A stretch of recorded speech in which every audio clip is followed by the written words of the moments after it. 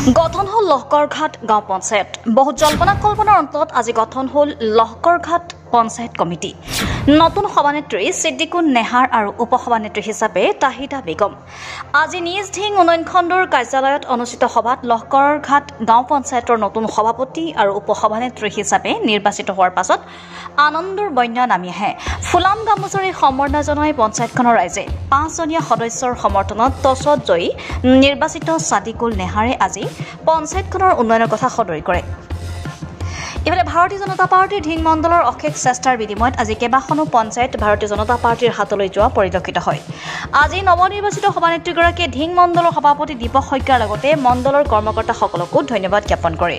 ইফালে নতুন সভাপতিগৰাকীয়ে সদৰি কৰে যে আমি নতুন কমিটিয়ে পঞ্চায়তখনৰ উন্নয়নৰ ক্ষেত্ৰত নিস্বাৰ্থভাৱে কাম কৰি ৰাইজৰ আশা আকাংক্ষা পূৰণ কৰিম। আজি লহকৰঘাট পঞ্চায়তৰ ৰাইজে লহকৰ মিলন চাৰিআলি বজাৰত বিভিন্ন ফটকা ফুটাই নাচি বাগি আনন্দৰ জোৱাৰ তোলে।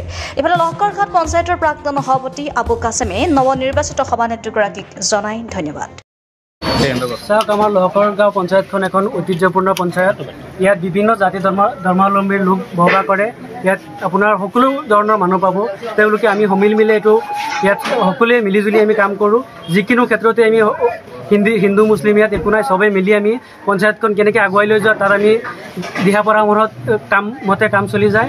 আৰু চৰকাৰে এইবাৰ আমাৰ নতুন এখন নিয়ম দিছে, যিটো আমি অলপ আনন্দিত হৈছোঁ, য'ত আপোনাৰ ইয়াত বিভিন্ন ধৰণৰ এইবাৰ শিক্ষকসকলেও জড়িত হৈছে বা আৰু বহুত যোগ্য ব্যক্তি সমাজত যিবিলাক এইবিলাক দলীয় ৰাজনীতিত অংশগ্ৰহণ কৰিব নোৱাৰে তেনেকুৱা ব্যক্তিও সৎ নিকা বা সম্পূৰ্ণ ব্যক্তিও এইবাৰ পঞ্চায়তত নিৰ্বাচিত হৈছে।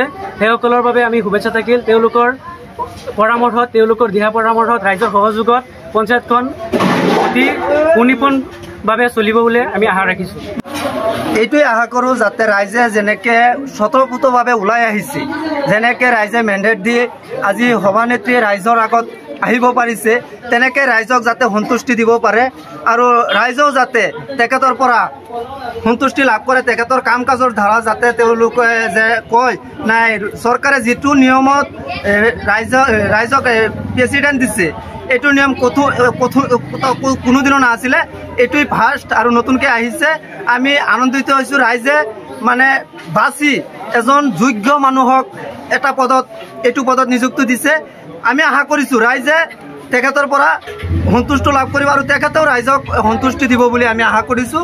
আৰু আমি সকলো ৰাইজ মানে তেখেতক সভাপতি হিচাপে পাই আমি আনন্দিত হৈছোঁ।